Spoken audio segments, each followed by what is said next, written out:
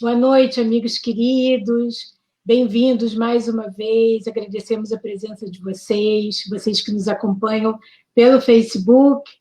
Amigos queridos do Kardec Houston, Sunrise, amigos de Austin, de Dallas, de San Antônio, do interior do Texas, de todos os Estados Unidos, inclusive o Havaí, amigos da Austrália, do Brasil, de norte a sul, do Amapá até Lajeado, passando por São Paulo, Jales, amigos de Jales, Rio de Janeiro, cidade maravilhosa, amigos da Europa, é um prazer ter vocês aqui conosco.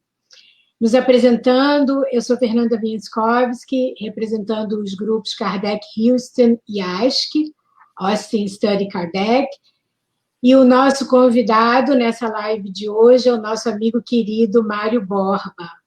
O Mário é gaúcho, palestrante espírita, médico cardiologista, pesquisador em assuntos de espiritualidade e saúde, conferencista internacional e é membro do grupo Amigos de Paulo. Mas o mais importante é a amizade, Mário. Boa noite, amigo querido. Muito bem-vindo e obrigada por ter aceito o nosso convite para essa live. Boa noite, Fernanda. Boa noite a todos. Agradeço muito ao Cristo pela essa oportunidade. Agradeço você, a todo o pessoal aí do Texas, né, e a todos que estão aí abrindo suas casas, né, como recomendou o nosso Senhor Jesus, que a paz seja na casa de todos. É uma nova forma que a gente está vivendo agora com essa situação, de entrar na casa de todos os demais, e também todos se sintam muito bem-vindos aqui na minha casa. É um privilégio muito grande a gente poder compartilhar esses momentos. Muito obrigada, Mário. É uma alegria, um imenso prazer estar com você, né? Já que nós não podemos estar juntos fisicamente, mas muito breve nós vamos poder nos abraçar de novo e quem sabe você vai estar aqui com a gente presencialmente. É um reencontro muito feliz, muito alegre. Muito obrigada. E até porque você conseguiu acomodar o horário aí em Lajeado, no Rio Grande do Sul, na pontinha sul do Brasil, são 9h30 da noite, então, mais uma vez, muito obrigada. Nós vamos, então, iniciar a nossa live de hoje, como sempre, com uma prece.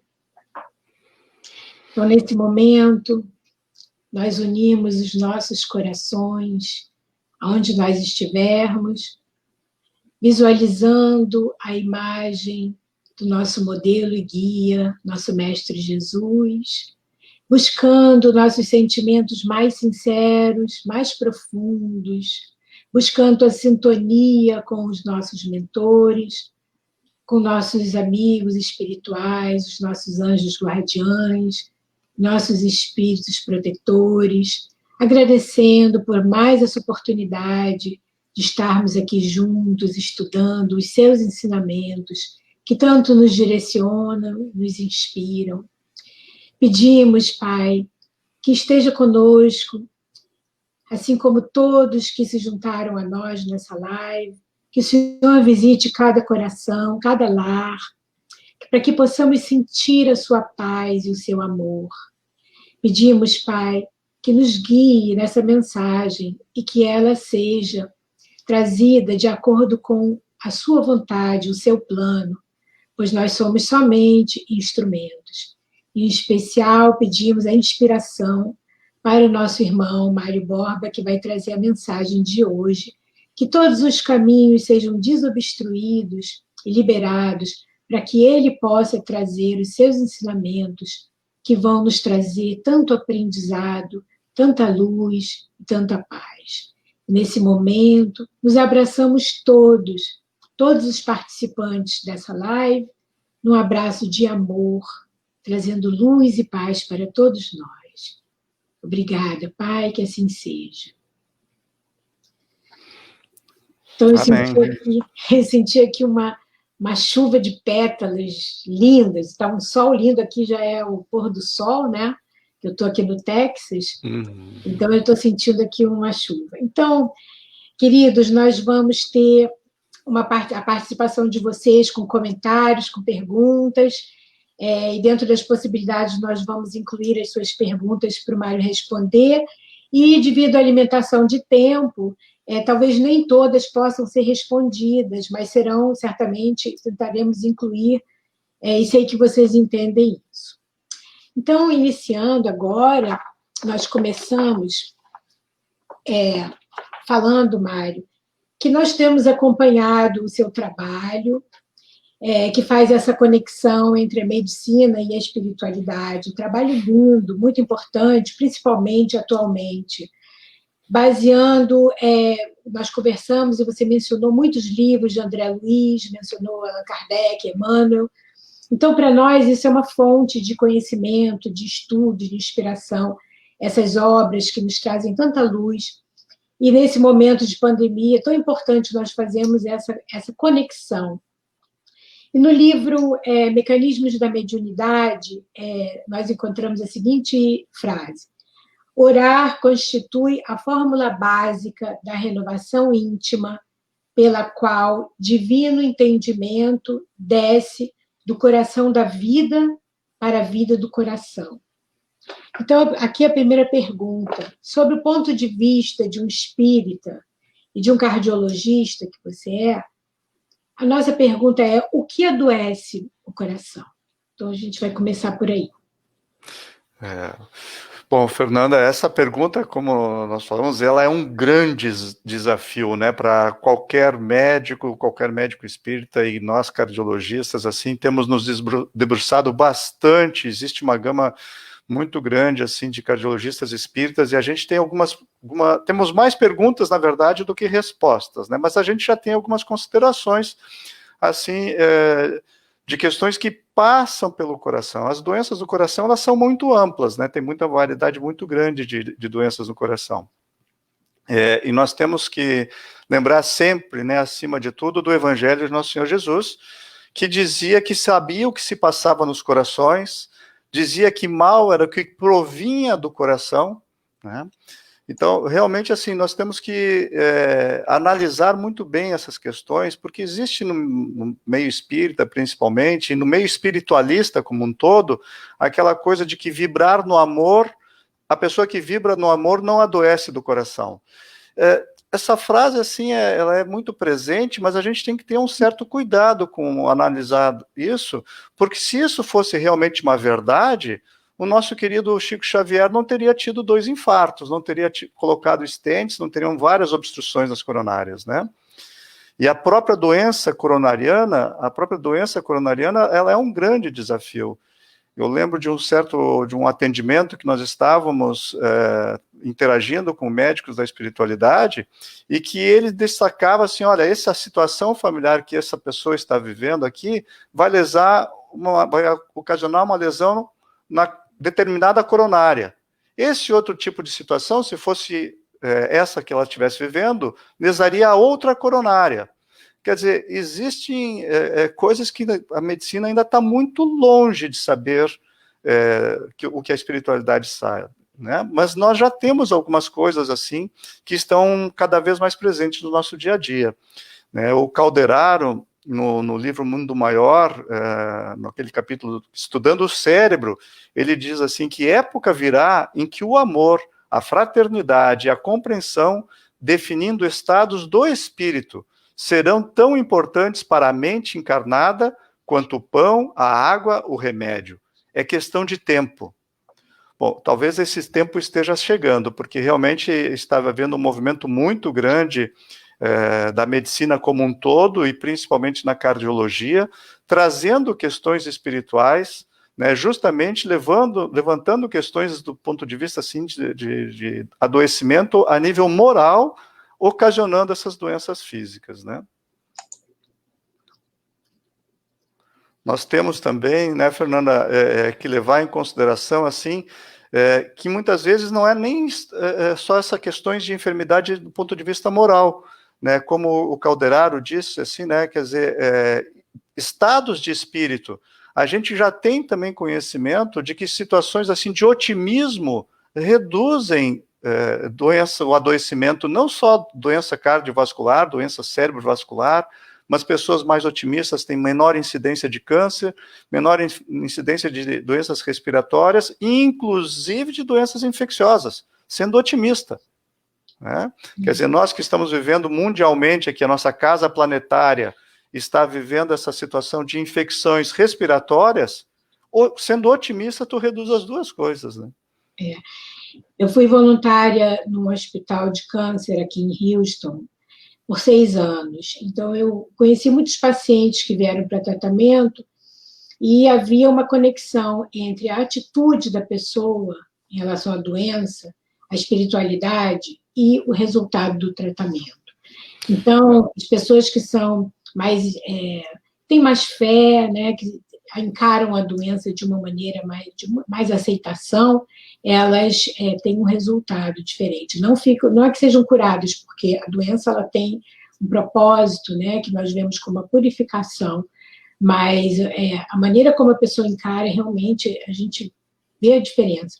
E aí, eu acho que a questão do propósito que tu falaste, né, Fernanda, eu acho que é exatamente isso, né? Nós temos na nossa sociedade, assim, uma tendência de perguntar muito por quê isso, por que aquilo, mas nós temos que tirar esse porquê e perguntar para quê? Para quê? Qual é o sentido disso que eu estou passando, né? E colocar esse para quê numa visão, assim, realmente otimista, né? Essa situação que eu citei agora há pouco, do otimismo, foi uma pesquisa, inclusive, feita aí nos Estados Unidos, com 70 mil enfermeiras norte-americanas, quer dizer, um grupo, assim, muito específico de pessoas, muito semelhante de pessoas, né? E câncer, por exemplo, que elas também, sendo otimista, reduziu em 16% a incidência de mortalidade por câncer. De infecção foi 52%. Quer dizer, 52% de redução de morte por infecção é um índice que nós não temos medicamento que dá isso. Né? Das doenças respiratórias foram 38%, assim como a doença cardíaca. Nós não temos medicamento que reduz mortalidade disso, não temos tratamento cirúrgico para essa redução de mortalidade.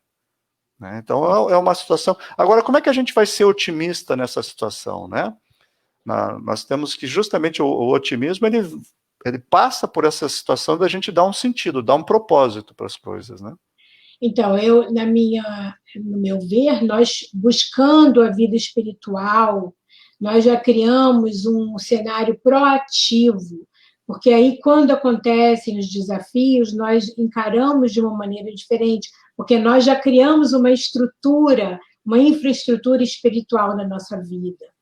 Exatamente. Então, acontece também o cenário da pessoa nunca ter tido a consciência da vida espiritual, e aí, quando vem a doença, para você começar tudo isso, claro que nunca é tarde, mas eu acho que nós podemos criar uma infraestrutura na nossa vida de maneira a nos fortalecermos e ficarmos robustos para enfrentarmos os nossos desafios. Falando em relação ao que você falou. E aí... Eu só queria lembrar, Fernanda, essa infraestrutura que tu está dizendo, ela realmente é uma das situações, assim, que a gente tem que ter isso no nosso dia a dia. Isso não é uma coisa do dia do enfrentamento, né? A gente tem que lembrar, eu pelo menos gosto muito de lembrar sempre os exemplos do Chico, né? E já citei ele aqui agora com a enfermidade que ele passou, mas o Emmanuel disse, anos antes dele ter o infarto, anos antes, o Emmanuel tem aquela história célebre dele, né, que ele abraça um garoto, perde o ônibus que ia pagar uma conta, né, e acaba, por causa daquele abraço que ele deu numa criança, o infarto que ele teve não foi fulminante. Pô, como é que a gente vai fazer um raciocínio do ponto de vista físico, mecanicista, com paradigma vigente em cima de uma situação dessas, né? Não tem como, atualmente não tem como, né? Essa semana eu estava lendo um post de como que nós podemos gerar em nós hormônios da felicidade. E o abraço é uma dessas maneiras. Elogiar as pessoas, fazer alguma coisa que você gosta, fazer exercício, se conectar com a natureza, procurando esse lado positivo, né, da conexão com o outro, com o próximo, com Deus, para criar essa infraestrutura. E nós temos muitos recursos, um deles sendo o estudo do Evangelho, a prece. A prece é a nossa maneira de nos conectarmos, desobstruirmos os canais de comunicação com o plano espiritual. Não é que ela vai resolver o problema em si, porque isso seria uma utopia, mas ela vai nos elevar de maneira que nós possamos nos conectar com os nossos benfeitores. Então, Mário, aqui a próxima pergunta.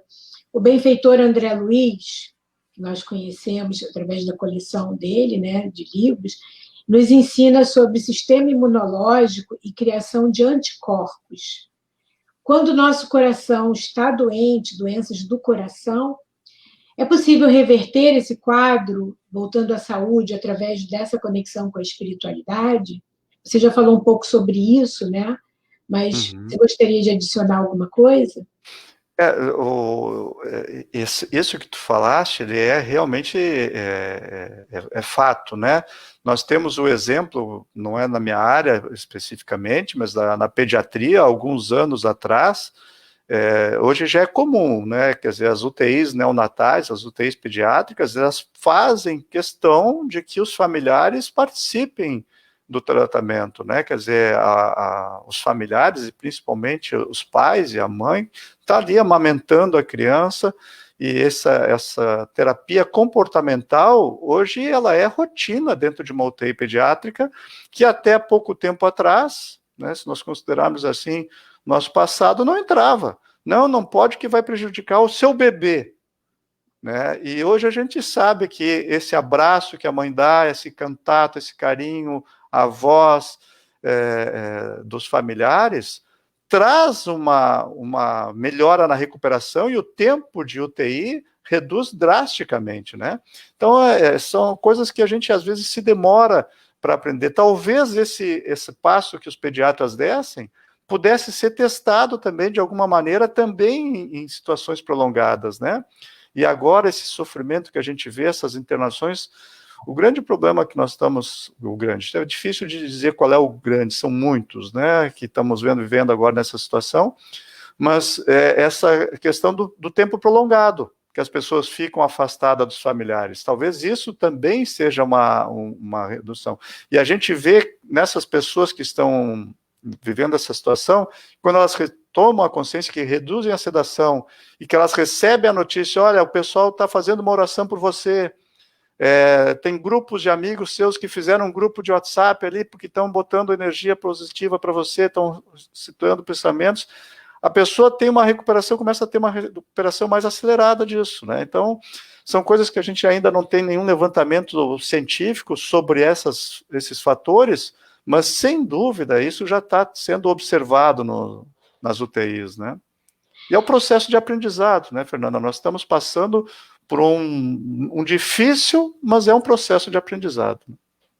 Então, você, de acordo com as suas pesquisas, você já se deparou com algum resultado, algumas evidências sobre a relação entre a prece e a regeneração das células? Sem dúvida. Isso nós temos, inclusive, na recuperação dos pacientes infartados, né, pacientes que foram submetidos à cirurgia cardíaca. A prece, ela tem um componente de redução de marcadores inflamatórios, né? A inflamação, ela está na base de todo o processo de adoecimento, né? Principalmente das doenças cardiovasculares, sempre começa com essa questão da inflamação.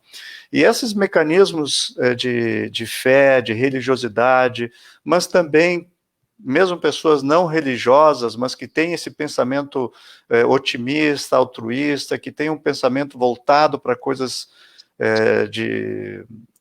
não tão materiais, mas mais assim voltadas para bens do espírito, bens espirituais, essas pessoas têm um tempo de internação melhor.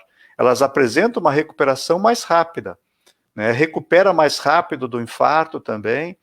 E mesmo de pessoas não só nesse tipo de doenças, assim, de cirúrgicas, como a cirurgia de revascularização miocárdica, mas insuficiências cardíacas também, a pessoa que tem um grau de espiritualidade, também ela recupera mais rápido das suas internações, né? O tempo de internação hospitalar também é menor, e muitas vezes na insuficiência cardíaca, a gente classifica isso em classes funcionais, e elas reduzem a classe funcional também com isso. Nossa, que Então, interessante. agora, nós temos que ter muito cuidado com isso, porque a gente, em termos assim de exposição ao que é uma prece, uma oração, a gente tem que ter um certo cuidado, porque nós também temos pesquisas onde a prece e a oração pioraram os pacientes, né?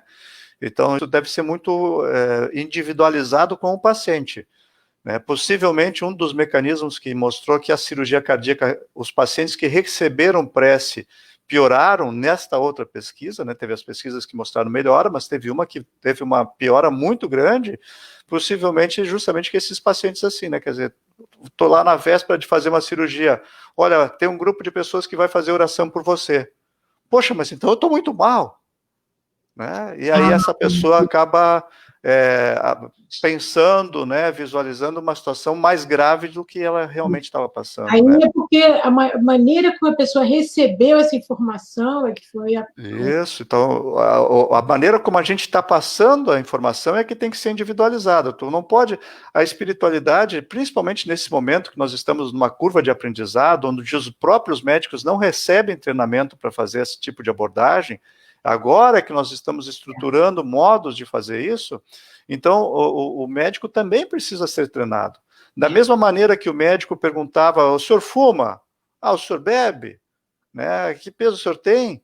Né? Esse mesmo tipo de pergunta vai ter que ser treinado, né, no sentido assim, o senhor tem algum conflito espiritual? O senhor tem alguma situação assim que está lhe trazendo conflito para a sua alma?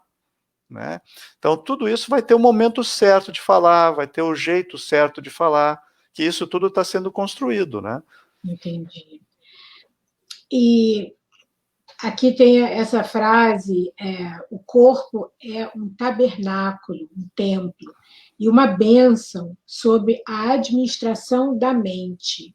Incrível isso, porque a nossa mente não controla o nosso corpo. No livro O Mundo Maior, de André Luiz, ele se refere ao controle da mente sobre os órgãos, bem claramente, em várias passagens desse livro. Até onde vai a força e o poder do pensamento nesse campo? Ó, até onde vai, nesse momento, como o próprio André Luiz diz no livro Mecanismos da Mediunidade, ele diz, é inimaginável onde alcança. É inimaginável. Né? As nossas potencialidades, realmente assim, são surpreendentes, né? E a gente está justamente nesse tipo de descoberta. Nós somos, assim, eu comparo, né, aquela coisa da criança descobrindo que tem os dedinhos, que ela mexe os dedinhos lá nas primeiras semanas de vida, né? E nós estamos vivendo isso com a mente, porque a gente realmente plasma algumas situações por mecanismos de idioplastia, muitas vezes sem querer. Né? E quando a gente coloca a vontade, né, que é interessante, né, quando a gente fala em vontade, né? A vontade é aquele pensamento que a gente fica repetindo e impulsionando ele. Né? Isso o próprio Kardec traz lá em Obras Póstumas, principalmente, né? Ele fala do fluxo, dos eflúvios que descem oriundos da vontade. E dessa capacidade que esses eflúvios, dessa força eletromagnética tem de modificar não só situações de ambiente, mas situações corporais. E o André Luiz traz isso, né, que é uma força que ele coloca, às vezes, dessa maneira, como a gente falou, e às vezes é uma força que ele chama de mento criativa. Quer dizer, se o nosso pensamento é mento criativo, então realmente a gente é co-criador da nossa realidade, né, que todos nós já sabemos. Agora, a gente tem que entender e saber usar essa situação. Né? E às vezes a gente coloca e vê muito, tá tudo no espírito, tá tudo mental. Sim, mas nós temos que atender questões também físicas. O momento que a gente considera o nosso corpo um tabernáculo, um templo divino, a gente tem que tratar o nosso corpo como um templo divino. Tem que ter esse respeito, esse tabernáculo do nosso ser. Né? Porque senão a gente lembra da conversa do nosso Senhor Jesus, né? Quer dizer, tu não atende as coisas da terra, como é que tu quer que eu te explique as coisas do céu? Nós temos que atender questões básicas da terra, que inclusive o André Luiz vai dizer que isso também vai terminar. A qualidade desses ingredientes que a gente coloca dentro do nosso corpo, isso aí vai determinar os nossos estados felizes ou infelizes. que vão atrair para nós situações boas ou situações de difícil lida, né? Que a gente vai ter que trabalhar de uma maneira mais difícil, né? Então, esse conceito do tabernáculo, eu gosto muito assim, se a gente fosse um templo religioso, quer dizer, a gente vai vestido de qualquer maneira num templo religioso? Antes de entrar no templo, a gente leva saquinhos de comida para comer dentro do templo? A gente come qualquer porcaria? Né? E a gente ouve isso, né? A gente ouve isso das pessoas, né? De tarde eu como umas porcaria, doutor. De noite eu não janto, eu como só umas porcaria. Mas como assim, né? Quer dizer, o nosso próprio corpo, né? A gente está botando porcaria dentro da gente? Como? Né? Quer dizer, no momento que a gente considera realmente um tabernáculo, a gente cessa com isso, porque a gente não leva qualquer coisa no tabernáculo. E aí não só do ponto de vista físico, com essas questões dos alimentos, como também do ponto de vista de pensamentos e sentimentos, né? Quer dizer, eu vou manter dentro de mim que tipo de pensamento, de sentimento, se eu estou dentro de um tabernáculo. Se eu estou dentro do templo, né, se o meu ser está dentro desse corpo abençoado que eu recebi, com as bênçãos de Deus, com as bênçãos do Pai, e com a bênção do nosso planeta, da nossa Mãe Terra, que cedeu os elementos necessários para a minha evolução, então eu tenho que contribuir para isso, né? Isso me lembra, né, Fernanda, quer dizer, se os nossos constituintes vêm da natureza, os elementos constituintes vêm da natureza, os nossos ingredientes alimentares também devem vir da natureza, pelo menos na sua essência. Né? A sua base tem que ter esse tipo de alimento. Aí nós vamos estar começando a tratar o nosso templo como realmente ele deve ser tratado. Interessante você falar em plasmar, porque no livro Pensamento e Vida, do Emmanuel, ele explica que isso é muito... Tem um capítulo só que fala só sobre isso, como nós podemos criar uma realidade para nós, através da força do pensamento. É fantástico. Esse livro é fantástico, e sobre isso também eu lembro uma vez que eu perguntei para a espiritualidade, numa das reuniões, né, por que nós envelhecemos? Porque se o nosso corpo representa o nosso perispírito, e Emmanuel diz, André Luiz também diz isso, né, que o nosso perispírito se renova constantemente ao influxo da nossa mente, né, que ele aure forças universais, o fluido cósmico universal, e vai renovando o nosso perispírito. Se o nosso perispírito vai se renovando continuamente, por que a gente envelhece? E uma das respostas está justamente nesse livro que tu citaste aí, do Pensamento e Vida. Emmanuel diz assim, é natural que as células infinitesimais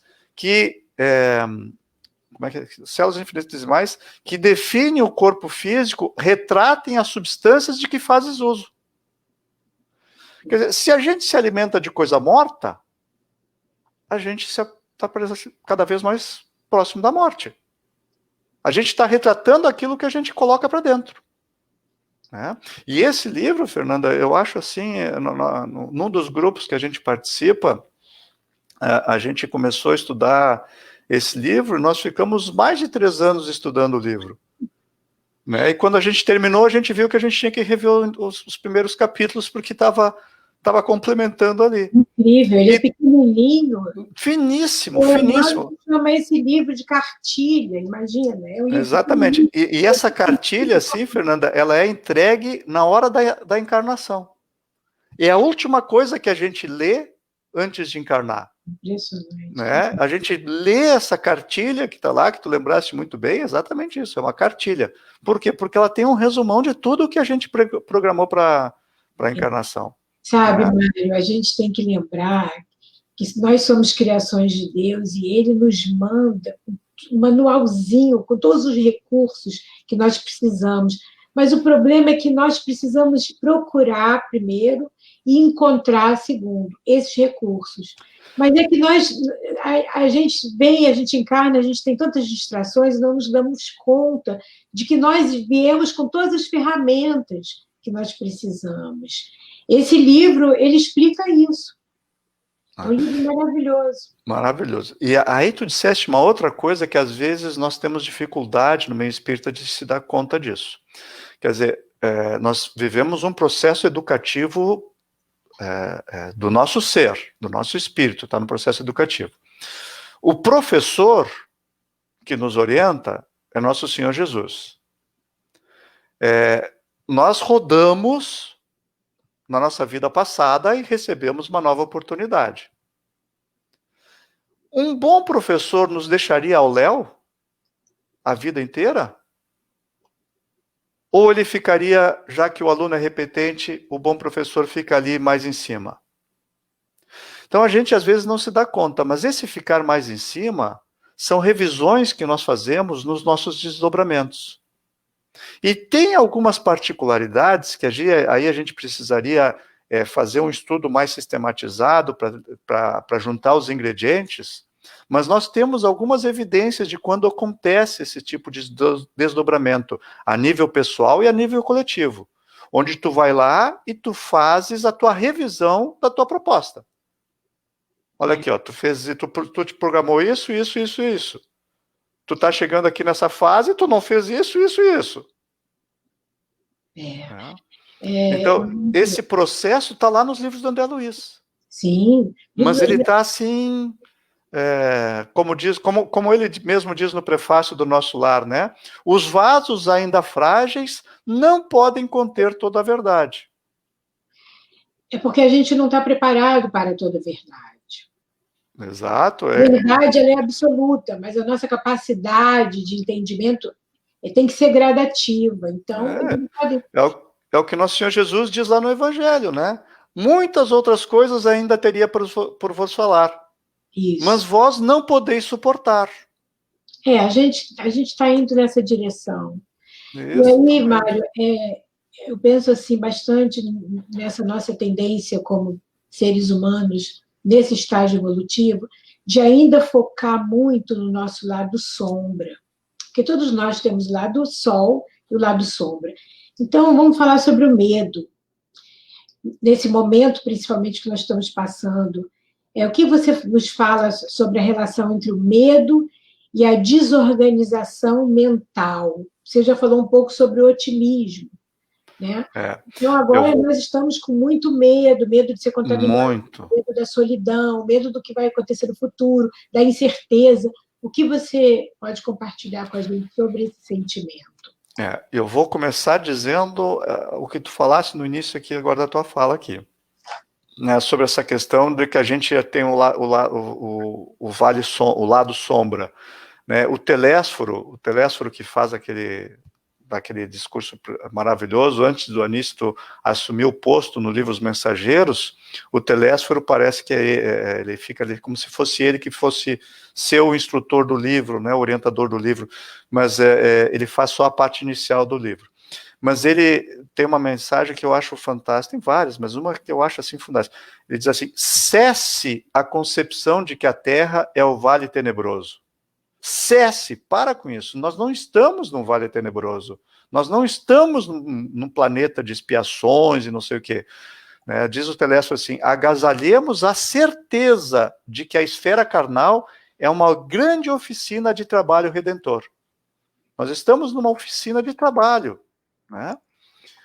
E depois o Anísio vai dizer também uma frase que eu adoro, eu tenho estado presente sempre que eu tenho oportunidade de falar, né, no mesmo livro Os Mensageiros, o Anísio diz assim: todo aquele que opere e coopere de espírito voltado para Deus poderá aguardar sempre o melhor.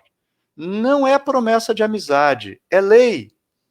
Então, a gente está nessa oficina de trabalho redentor, nós temos que fazer isso com o espírito voltado para Deus e termos a segurança e a confiança que vai dar certo, né, porque isso aí não é uma promessa de amizade. Mas em relação ao medo, isso está muito presente também no trabalho de Kardec, no trabalho de André Luiz, no Emmanuel também, mas André Luiz, assim, o livro Nosso Lar começa A primeira página dele, ali, os primeiros parágrafos, ele já diz exatamente isso, né? Sentia-me, na verdade, como se fosse um amargurado duende nas grades escuras do horror. Cabelos eriçados, coração aos saltos, medo terrível senhoreavam-me. Pois é, o medo senhoreava o André Luiz, né? Em seguida ele diz assim, o medo me impelia de roldão. E ele se questionava, né? Onde é que está o meu lar? Onde é que estão meus filhos? Né? Onde é que está minha esposa? Né? E ele se diz que perdeu todo o sentido, toda a noção de rumo.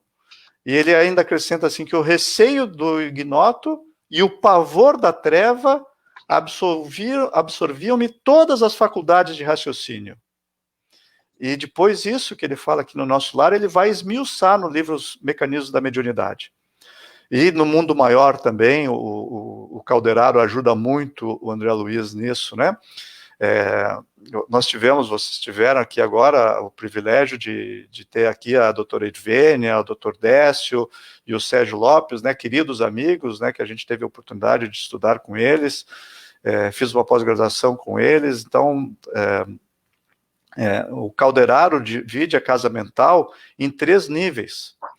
E quando a gente vibra no medo, é como se nós tivéssemos somente aquela casa mais primitiva, né? Aquela coisa assim de que a gente está na selva morrendo de medo das coisas e a gente não consegue raciocinar com as camadas mais altas do nossa casa mental, principalmente com o córtex, que é o que permite a gente entrar em contato com as esferas superiores, né, através do córtex, que seria o andar mais alto da casa mental deste momento. Existe um 4º andar, na verdade, que é o córtex pré-frontal, que está em desenvolvimento ainda. Mas esse cérebro mais superior, dos mamíferos superiores, ele comanda, a mente age nele para comandar o nosso corpo físico.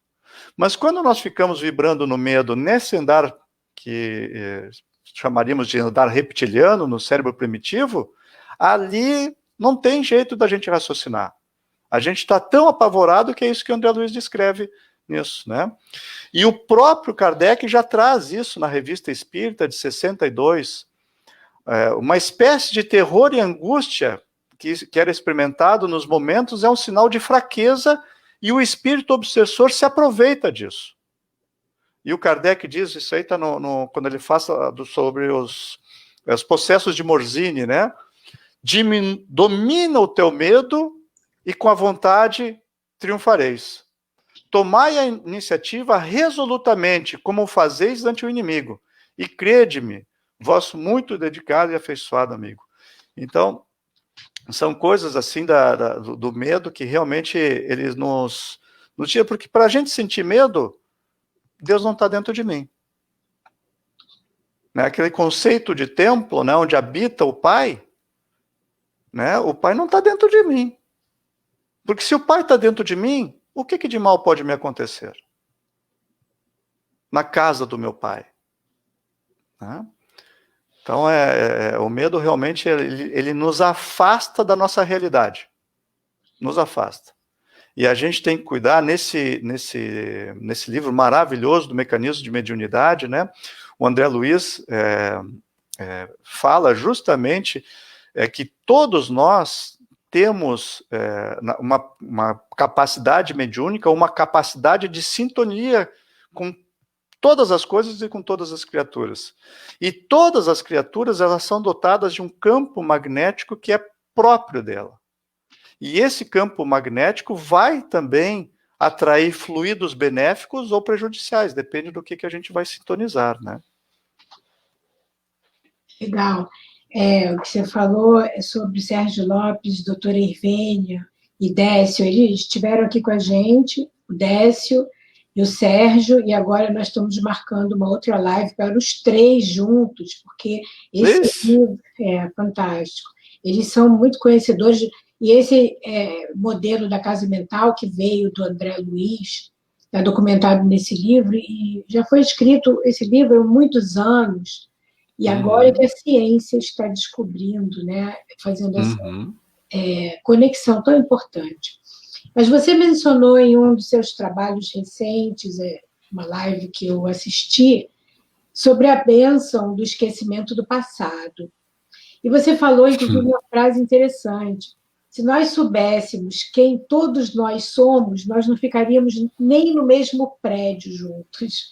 Eu achei, assim, incrível, parece uma coisa intensa, mas isso é por causa da nossa limitação ainda, né? Então, então vem a pergunta, porque isso nos traz ideias e pensamentos negativos entre nós, ainda enfermos, endividados que somos. Como que nós podemos controlar esses pensamentos desequilibrados, sentimentos de irritação, de hostilidade, de raiva, de ressentimento? Uhum. Tem duas coisas que urgem que a gente faça, né? Então, a gente tem que saber disso, mas não se fixar nisso. Né? A gente não pode ficar com esse pensamento repetitivo disso. Isso é uma informação que a gente tem e a gente tem que lembrar daquilo que está lá no Evangelho. Né? O amor de um cobre a multidão de erros do passado. Então, se nós vivermos vibrando no amor, eu vou dar um exemplo assim bem drástico, assim, bem dramático, que eu acho que isso aí vai ilustrar bem. Recentemente, aí, o nosso maior, digamos assim, irmão nosso, mas que fez os maiores erros aí, foi Hitler. Se Hitler encarna hoje e faz tudo certinho, não vou dizer que faça uma obra como Chico, mas como está sendo orientado por Gandhi, se ele fizer uma obra tipo Gandhi, quanta gente vai ter gratidão para ele? Quantas pessoas vão vibrar em amor e ter agradecimentos para ele? Então, tudo isso apaga aquela multidão de erros do passado. Né? Como disse nosso Senhor Jesus no Evangelho, né? É necessário nascer de novo, é nova criatura. Né? Paulo vai dizer, se antes erais trevas, agora sois luz. Andai, portanto, como filhos da luz. E é isso que a gente tem que fazer. Tem que começar a andar como filhos da luz, realmente. Né? E o André Luiz traz de uma maneira assim o passo a passo mais rápido, digamos assim. Ele tem no capítulo Cérebro e Energia, nos livros do Mecanismo da Mediunidade, né, como é que a gente fica com o nosso cérebro funcionando e como é que a gente assimila essas correntes mentais. Ele tem vários fragmentos ali, subtítulos no capítulo, e nessa questão da negação da corrente mental, porque é aquilo que nós estamos, nós não estamos desamparados, não estamos, né? Nosso Senhor Jesus deixou mentores à nossa disposição, deixou instrutores que a gente está aqui querendo caminhar, basta a gente se conectar com eles. Mas muitas vezes a gente pensa, mas eu tento, eu faço oração, eu rezo e não consigo me conectar com as coisas. Uma das explicações, o André Luiz está justamente nesse subcapítulo, né, que é a negação da corrente mental. Isso é logo depois que ele fala da frustração da corrente elétrica. E depois ele vem da negação da corrente mental. Ele diz assim, circuitos mentais invertidos em razão do monoideísmo vicioso, na maioria das vezes agravadas por influências de obsessores. E esse monoideísmo vicioso, né, ele tem três origens, digamos assim, três aspectos principais, que são vários, mas ele destaca três principais. Primeiro, deficiência da aparelhagem orgânica por motivo de enfermidades ou perturbações temporárias oriundos do relaxamento da criatura no trato com o próprio corpo, que é exatamente o que você tinha falado ali, sobre a questão do tratar nosso corpo como templo, né?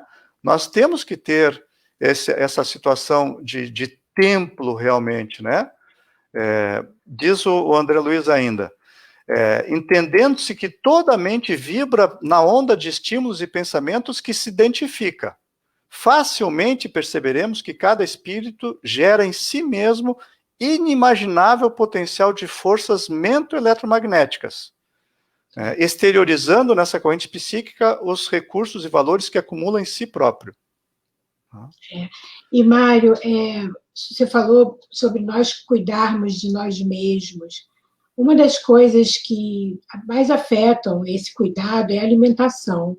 A gente conversou, você falou sobre Humberto de Campos, se referindo à alimentação. Então, qual é o papel né, da alimentação na nossa saúde física e espiritual, principalmente. Como que nós devemos, quais são as boas opções que nós devemos fazer para esse equilíbrio? O Humberto de Campos tem alguns textos assim que são fantásticos, né? Se a gente botar junto com esse texto que a gente citou agora do Pensamento e Vida, quando Emmanuel diz que é natural que a gente retrate as substâncias que a gente faz uso.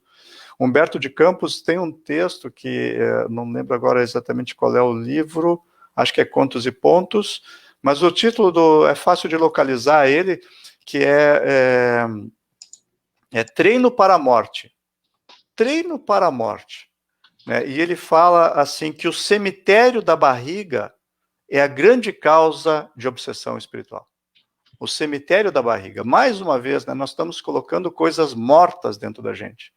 Né? E aí não é só a questão da carne em si, não é só uma questão do alimento assim de origem animal, que é um problemão. Né? A origem animal é um problemão. Se a gente for ver assim, nós temos... o Chico é inesgotável, né? Eu tive a oportunidade de ler agora aquelas primeiras comunicações que Emmanuel faz lá no culto familiar com Chico, lá na Fazenda Modelo, né? Ele várias vezes, em várias comunicações, ele fala para o Rômulo Joviano e para os familiares, né? Diminui a carne, evite a carne de porco, coma mais verdura, sempre verdura.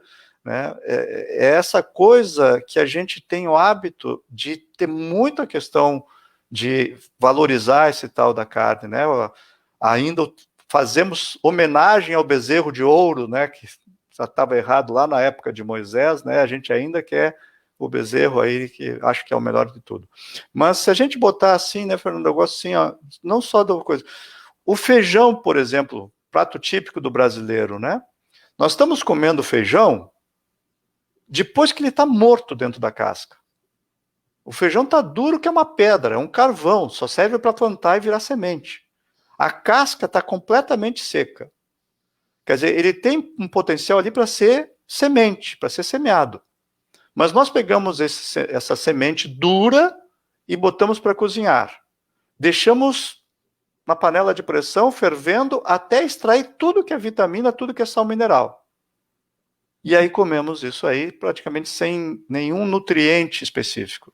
Agora, esse mesmo feijão, ele, antes de estar duro e seco naquela casca seca, ele está dentro de uma vagem, verdinho e brilhando. Tu pega um grãozinho de feijão dentro da vagem, ele brilha. Né? E aí tem muito mais ingredientes nutricionais. E chegará o tempo que a gente vai também valorizar que esse mesmo grãozinho vai largar um broto. E esse broto vai gerar um arbusto. Qual é o processo? Quanto tem de alimento energético de um grãozinho que vai gerar um arbusto cheio de outros grãos? Tem um processo energético ali muito grande que a gente tem que aprender a se alimentar. E tem outras coisas, mas aí a gente realmente precisa mais tempo para falar isso, porque a alimentação daí, quando a gente vai para o lado energético, né? Um pouco dessa live. Mas eu tenho uma pergunta sobre as curas do Evangelho. Nós falamos um pouco sobre isso. Você pode mencionar algumas, já que Jesus foi o médico das almas e o maior médico que se tem conhecimento.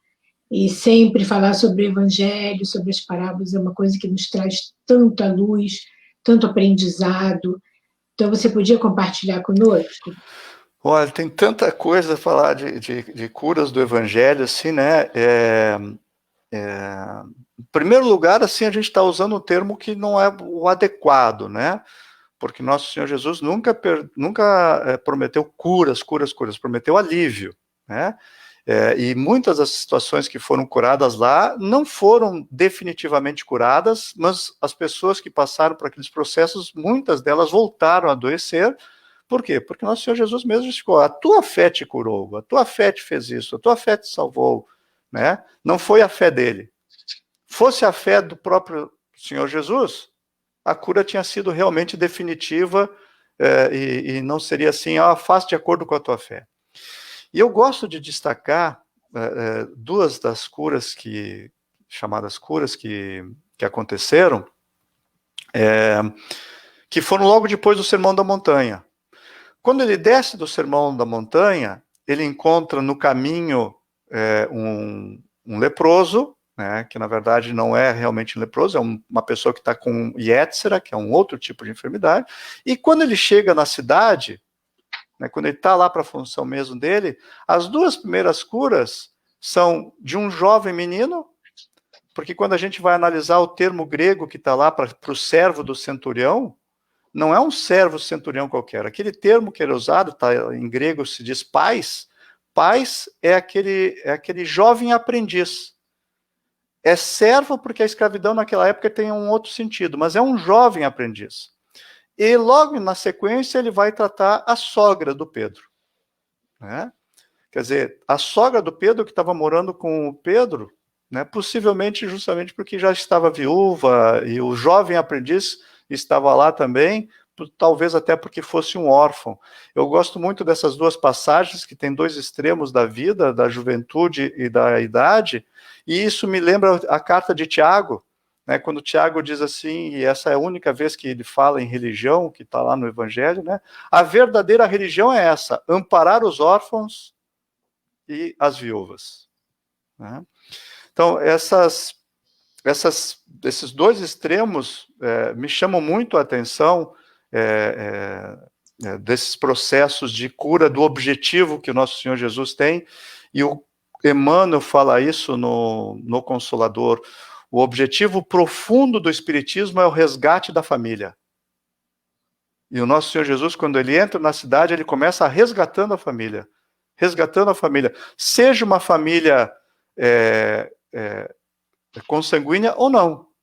Porque aquele centurião está pedindo para alguém que não é da família dele. E no momento que ele trata a sogra do Pedro, também não é da família dele. Não é da família sanguínea, mas é da família humana, da família universal, da família espiritual. E é interessante, né, Fernanda, inclusive nesse momento que nós estamos vivendo, nós temos uma cultura hoje de achar que a sogra é um problema na nossa família. Né, que o negócio é comprar uma passagem para ela e mandar bem longe. Mas é o contrário. Né? No judaísmo, a gente tem a sogra como grande baluarte da família, como grande instrutora. Ela é considerada assim uma guardiã da família. E o nome em hebraico de sogra nos remete a muro, porque é a mesma função que ela tem, é o muro de proteção da nossa família. Bom, a minha sogra foi a melhor sogra do mundo, então essa sua regra tem várias exceções, eu acho que é uma generalização, porque pelo menos não se aplica a mim. A minha não, com certeza, com certeza, se a gente for analisar, essa regra, na verdade, assim, ela é uma coisa assim que foi estereotipada, mas no fundo, né, toda família que a sogra está feliz, está bem, é porque existe uma harmonia muito grande naquela família. Né? Então, a sogra ela é um ponto. Algumas culturas, como a italiana, a indiana, realmente valorizam bastante os mais velhos pela experiência, né? Porque vieram, e o Evangelho também tem um capítulo só falando sobre honrar pai e mãe. Então, os mais velhos merecem todo o nosso respeito. E falando nisso, tem uma pergunta que eu coloquei aqui sobre nós trabalharmos para mantermos a nossa família, o nosso círculo familiar, como uma obrigação em harmonia, mas há alguns de nós que vão além desse círculo familiar, trabalhando para a comunidade, trabalhando para desconhecidos. Agora, na pandemia, nós estamos vendo pessoas na linha de frente, fazendo hora extra nos hospitais. Então, aqui, de acordo com Emmanuel, tem até um pensamento que diz: a prece ilumina, mas o trabalho liberta. A prece consola, mas o trabalho sustenta. Então, sobre a abordagem médica, né, você que é cardiologista, qual seria a diferença entre o trabalho seria voluntário, o trabalho altruísta, entre as pessoas que se limitam ao círculo familiar e aqueles que expandem fora do círculo familiar, vendo todo mundo como uma família humana? Você tem algum pensamento disso? Sim, nós temos assim muito. Isso já tem muita evidência científica no meio acadêmico também. Né? O trabalho tem um efeito protetor. Ele realmente protege as pessoas. Nós temos assim as chamadas Blue Zones, as zonas azuis no planeta, que é onde estão as pessoas próximas aí, com mais de 100 anos, essas pessoas centenárias, a maioria delas, elas permanecem trabalhando até a hora que fica com um adoecimento final. Né? Então, e geralmente essas pessoas, principalmente as 3 que mais têm isso, é na ilha de Okinawa, no Japão, numa comunidade budista, uma comunidade católica na Itália e uma comunidade adventista aí na Califórnia, pertinho de você aí. Essas 3 comunidades, elas têm algumas coisas muito interessantes. São 3 comunidades de caráter religioso assim muito intenso, 3 comunidades que tendem, os adventistas são famosos por ser vegetarianos, né? Os da linha de Okinawa, eles comem muito peixe, né? Não são vegetarianos, mas comem peixe, comem pouca carne vermelha, né? E essa litoral da Itália lá também, que agora me fugiu o nome da cidade específica que está lá. Mas são evidências assim que as pessoas que estão trabalhando e fazem um trabalho coletivo, porque a pessoa planta, e eu lembro muito da Célia, nos 50 anos depois, né? Ela plantava e distribuía para os outros. E é isso que essas comunidades fazem, né? Elas não plantam, não é uma agricultura familiar que tu planta para a tua família, tu planta para a tua comunidade, né? Tu trabalha para a tua comunidade. Então, isso realmente ela tem um efeito protetor. Nós tivemos um levantamento publicado no British Medical Journal há 2 anos atrás, 1 ano e meio atrás, foi no final de 2018, se não me falha a memória, que foi publicado, mostrando que as pessoas tinham uma maior incidência de morte justamente quando não trabalhavam. Justamente nos períodos de férias e de feriados, a incidência de morte é muito maior do que no trabalho. E existe um efeito protetor. Né? E eu gosto muito daquela citação de Emmanuel, aliás, perdão, da citação de André Luiz, né? Que ele diz assim: toda prece tem resposta. Faça a sua prece e aguarde a resposta no seu local de trabalho, no seu posto de trabalho. Então, o trabalho é onde nos permite esse contato com os nossos mentores, que a gente sabe, porque quando a gente vem com um propósito, e na cartilha ali, nesse livro que é a Cartilha do Pensamento e Vida, isso também fica claro, assim, da importância fundamental do nosso bem-estar a nós estarmos trabalhando. E se esse trabalho é em prol do coletivo, sem se descuidar do próprio templo, porque não adianta tu querer cuidar do outro se tu não está cuidando de ti. Porque o que vai pregar o evangelho, o que vai proclamar realmente o evangelho é o exemplo. E a recomendação de nosso Senhor Jesus é bem clara: amai ao próximo como a si mesmo. Né? Se tu não está amando a ti mesmo, não tem como tu querer amar o outro. Então tem que amar o outro, tem que fazer as coisas pelo outro, mas também tem que conjugar a pregação do reino divino, como diz Emmanuel no Pão Nosso, né? Não esqueça da pregação do reino divino aos teus órgãos. Né? E aí depois a gente vai para os outros também, né? Mário, você se referiu recentemente à pandemia como um processo educativo planetário que estamos vivendo. Todos nós passando por essa experiência juntos como uma aldeia global. Países sem exceção, salvo alguns mínimos, foram afetados por essa pandemia, que é um aprendizado mesmo. Eu gostei muito da sua colocação, processo educativo planetário.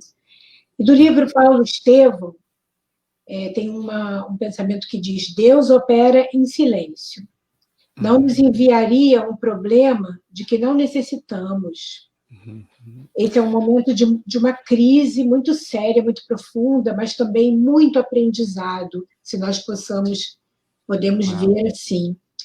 E você também falou que isso é um salto da humanidade que nos está trazendo muito um grande crescimento. Então, aqui vai a pergunta: quais os passos que nós devemos seguir para mantermos o equilíbrio físico, mental e espiritual nesse momento tão delicado para todos nós, de tanta incerteza, de tanto medo, como nós falamos, para que nós possamos manter a serenidade e um nível vibratório alto, conservando a nossa saúde mental? Esse é um desafio agora para a reta final aqui da nossa live, né? Mas essa citação que tu disseste aí do Paulo Estevão, do Gesiel, essa é maravilhosa, né? O Paulo Estevão, ele tem aquela leitura que a gente pode fazer em pergaminho, né? Aquela coisa assim que a gente pega o pergaminho e vai abrindo e vai descortinando, pega o meio e vai abrindo o início e o fim, eles vão estar quase que em espelho. Essa frase do início do Gesiel, que Deus não nos mandaria problemas que a gente não necessitasse, ela me remete ao final do Paulo Estevão, onde Paulo diz assim: Deus é mais belo nos dias trágicos. Deus é mais belo nos dias trágicos. E é o que a gente tem visto aqui. Nessa tragédia que está sendo para muitas pessoas no nosso convívio, no convívio de irmãos em outras partes do globo, né, a gente está vendo assim demonstrações lindas de forças que as pessoas não sabiam que tinham. Né?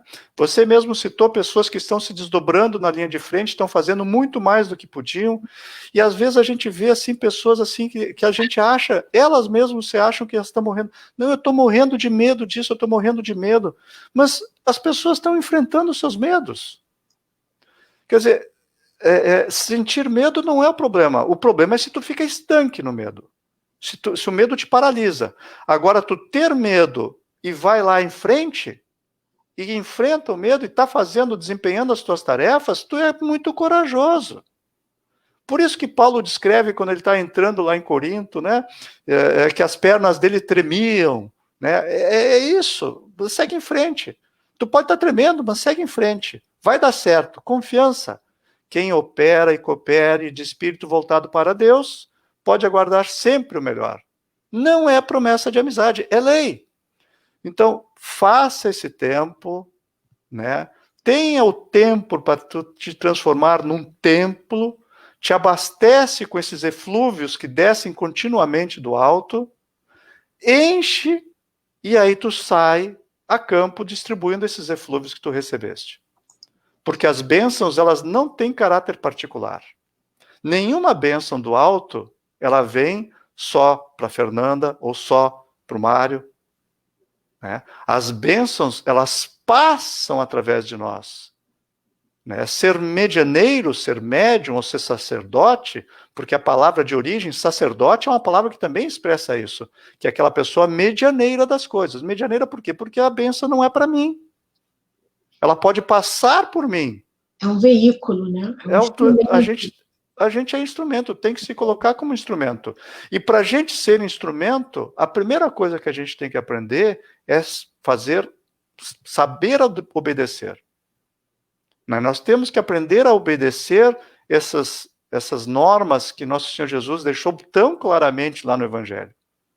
Porque a gente lê rapidamente, a gente transformou aquelas normas que tem lá em coisas religiosas. Mas não são para a gente ter vida, e vida em abundância, como ele mesmo disse. Então, Kardec esmiuçou as questões morais que Nosso Senhor Jesus trouxe, e ali no Evangelho segundo o Espiritismo tem as questões morais, mas não é só isso que tem no Evangelho. Tem questões morais e tem questões comportamentais também que a gente tem que atender. O Evangelho, o Geraldo Campetti, que é o nosso amigo, ele sempre diz que o Evangelho é o nosso roteiro de vida e o Espiritismo é o nosso farol. Então, você está numa estrada com o seu roteiro, com o seu mapa, que é o Evangelho, e a luz que ilumina a sua estrada é o Espiritismo. Então, eu adoro essa definição. Ficou muito bem mesmo, muito bem, é isso mesmo, né? Tem uma pergunta de uma pessoa aqui, que ela pergunta como explicar o aumento da violência nesse tempo de pandemia. Parece que as pessoas tinham uma válvula de escape, né? E agora não tem, por causa da pandemia e por causa da tensão, aumentou a violência. Isso não só no Brasil, como aqui também nos Estados Unidos, sendo que o divórcio aumentou 50%. Você tem um comentário sobre isso? Olha, tem vários comentários sobre isso, né? Eu tive a oportunidade, agora eu voltei aqui para minha casa, que vocês todos são bem-vindos aqui, né? Mas Obrigada. há pouco tempo eu estava morando mais no centro da cidade e no silêncio da madrugada a gente via muito essa violência realmente doméstica que aumentou muito e é realmente uma situação muito preocupante. Mas eu confesso para você, Fernando, e para todos que nos acompanham, que ela está muito menor do que eu achava que ia ser. E não por pessimista, mas por analisar os dados que nós tínhamos. Né? Assim, a pior das violências é o suicídio. Né? O suicídio é disparado, mata muito mais pessoas do que o homicídio. Né? No planeta. Né? E aqui na nossa região, nós temos uma particularidade que os maiores índices de suicídio aqui do Brasil são aqui na minha região.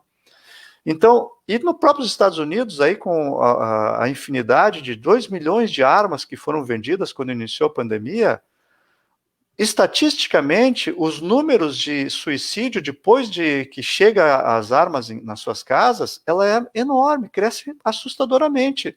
E isso não aconteceu da forma como era esperado. Então, realmente, nós estamos vendo aqui uma separação do joio e do trigo. Na mesma maneira que crescem essas situações, também as pessoas estão aproveitando esse momento de isolamento para realmente ficarem consigo mesmas. E as duas coisas estão crescendo. Porque o planeta vai mudar. Já está mudando, e muito, mas vai mudar mais ainda. E as pessoas que não estiverem com vibração adequada para aqui, elas terão que ser alocadas, e mentalmente muitas já estão sendo alocadas, isso desde a Segunda Guerra Mundial, conforme o Chico nos trouxe, elas estão sendo alocadas para esse outro planeta, onde elas estão lá numa situação do nosso passado, onde elas vão precisar estar vibrando em violência, porque vai ter muita violência. Elas vão precisar estar vibrando com medo, porque lá tudo vai ser perigoso, porque está numa fase ainda da época do fogo. Né? Então, essas pessoas que estão nessa situação de vivenciando violências muito grandes, infelizmente, são irmãos que estão se preparando para ir para o lugar errado. Né? Porque, como disse Jesus nas bem-aventuranças, lá no início do Sermão da Montanha, bem-aventurados mansos, porque herdarão a terra. Se tu ainda vibra na violência, tu não vai herdar a terra. Tu vai construir, participar desse processo evolutivo lá nessa próxima terra, que também vai ter amparado. Também não Então, tem você está se grandes problemas. referindo a esses irmãos que, nesse momento de transição planetária, estão meio que assim desesperados porque não estão passando e aí estão tentando a última coisa antes de serem relocados, vamos dizer. Relocados, exatamente isso. Né? Então, cabe a nós que já temos a informação, que já temos essa situação assim, de tanto amparo que nós recebemos e de tanta informação, mais ainda, né, vem aquela obrigação da gente realmente proclamar o Evangelho. Né? Como diz Emmanuel, né, no Vinha de Luz, o Senhor observa o que fazes. O Senhor observa o que fazes. Então, se nosso Senhor Jesus está observando o que a gente está fazendo, a hora que tu chegar perto de alguma pessoa, perto de uma família que está ali numa situação de desespero, faz aquela tua oração, pede auxílio e confia que nosso Senhor Jesus vai te orientar a tu dizer a palavra certa para aquela família se melhorar. Porque Deus ampara os homens pelos homens e ampara as almas pelas almas. Né? Deus não se materializa nos lugares para fazer as coisas, assim como nosso Senhor Jesus não se materializa, ele utiliza quem está lá. E nós estamos no lugar certo. E às vezes a gente pensa assim, né, nem falamos hoje, citamos algumas coisas do Haroldo aqui, mas nem falamos, né, às vezes a gente está em uma discussão aqui ou ali e a gente pensa assim, poxa vida, por que o Haroldo não está aqui para explicar essa passagem para fulano ou Beltrano? Não, nós não precisamos do Haroldo naquele momento. O Haroldo está tendo a oportunidade de discutir as situações lá onde ele está.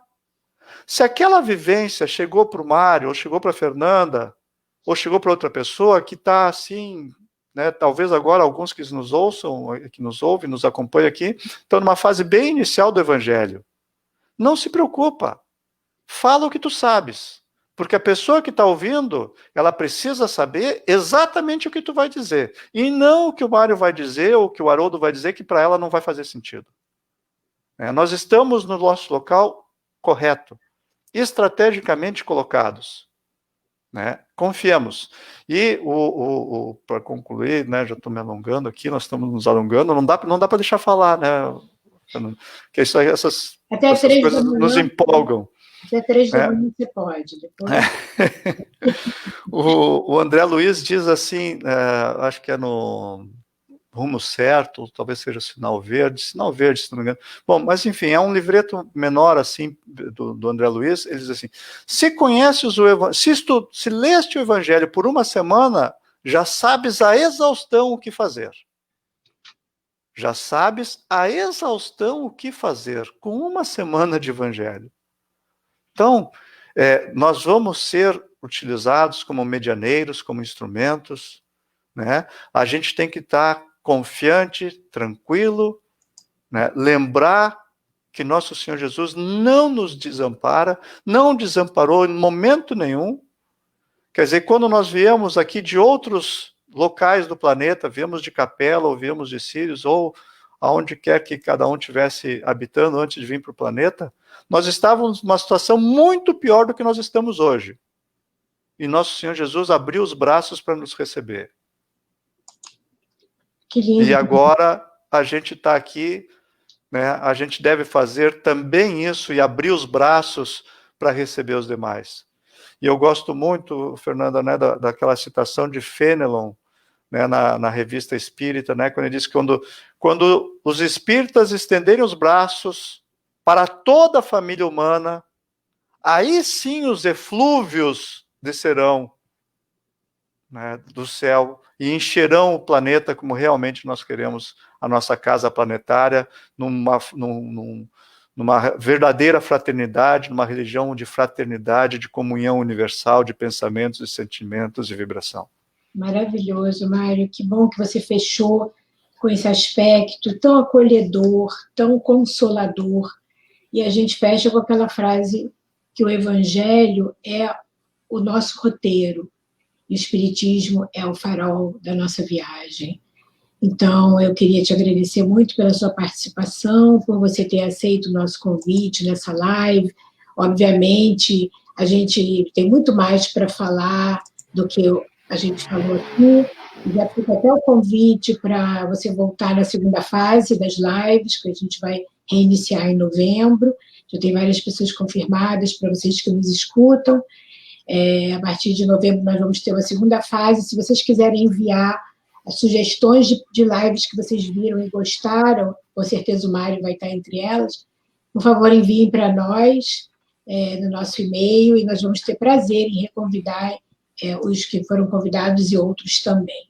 Mas, Mário, muito aprendizado hoje, muita luz, que nós possamos absorver esses ensinamentos, incorporando na nossa bagagem espiritual, e, principalmente, que nós possamos identificar as oportunidades para colocar em prática, para que isso não fique na teoria, né? Já que todos nós temos tantas oportunidades diárias para praticar o que a gente estuda. Os livros maravilhosos do Espiritismo estão aí, tem romances, tem livros fantásticos de estudo, que nos convidam à reflexão.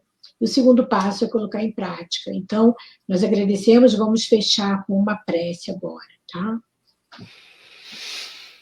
Então, nesse momento, reconectando nossos corações, buscando nossos sentimentos de gratidão, com nossos corações transbordando pela gratidão de estar conosco, em contato com nossos benfeitores, que nos vieram trazer a luz do Evangelho, dos ensinamentos, que tanto nos consolam, que nós possamos lembrar diariamente do recurso da prece, que é a nossa conexão e a desobstrução dos nossos canais de comunicação com os nossos benfeitores. Que possamos lembrar desse recurso nos momentos difíceis que possam nos ajudar, mas também nos momentos felizes, para agradecer e louvar o nosso Pai Criador. Que o nosso irmão Mário continue sua caminhada nesse caminho com muita luz, com muita energia, para que ele continue as suas pesquisas que trazem tanto ensinamento e tanto aprendizado. E pedimos, Pai, que todas as nossas casas sejam visitadas, revisitadas, que sejam retiradas as impurezas espirituais, não só dos nossos lares, das nossas famílias, mas também de nós mesmos, pois sabemos que temos um longo caminho na nossa frente a percorrer. E estamos muito felizes por termos o Senhor conosco, o Evangelho como nosso roteiro e o Espiritismo como nosso farol. Então, agradecemos por esse momento, pedindo que fique conosco, iluminando as nossas ideias, as nossas decisões, os nossos atos, as nossas palavras e os nossos planos. Então, muito obrigada, Pai, amigos espirituais, que assim seja. Lindo. Amém. Muito obrigada. Nós temos aqui vários amigos nossos, olha, a Andréia, a Marta. Queridona. A Marta, o Romero também, tantos amigos queridos que nos acompanharam. Muito obrigada a vocês pela companhia, pela participação. É uma alegria esse momento com vocês aqui. Estaremos juntos muito breve. Agradecemos, Mário, obrigada por você ter ficado até essa hora, tarde da noite aí. Foi um prazer. E a vocês que nos acompanharam até agora pelo Facebook, amigos queridos do coração, aonde quer que estejam, seja na Austrália, seja no Canadá, seja no Havaí, seja na Europa, no Brasil, ó, beijo. Aqui, muitos amigos lindos aqui nos acompanhando. Só queria botar mais um pouquinho aqui para você sentir, olha. Tantas presenças queridas. Amigos, boa noite. Beijo, Mário, ó, querido. Tchau, tchau, gente. Um abraço. Abraço. Amigos queridos, boa noite, obrigada a todos vocês pela participação e presença. E até a próxima. Nós vamos ter no dia 26, daqui a 2 semanas exatamente, nós vamos ter o nosso querido Alberto Almeida conosco aqui na nossa live. Então, fiquem conosco, nos acompanhem, chequem o seu e-mail, chequem o Facebook, que nós estamos com updates para vocês. Beijo, tchau. Tchau, tchau. Tchau, Mário.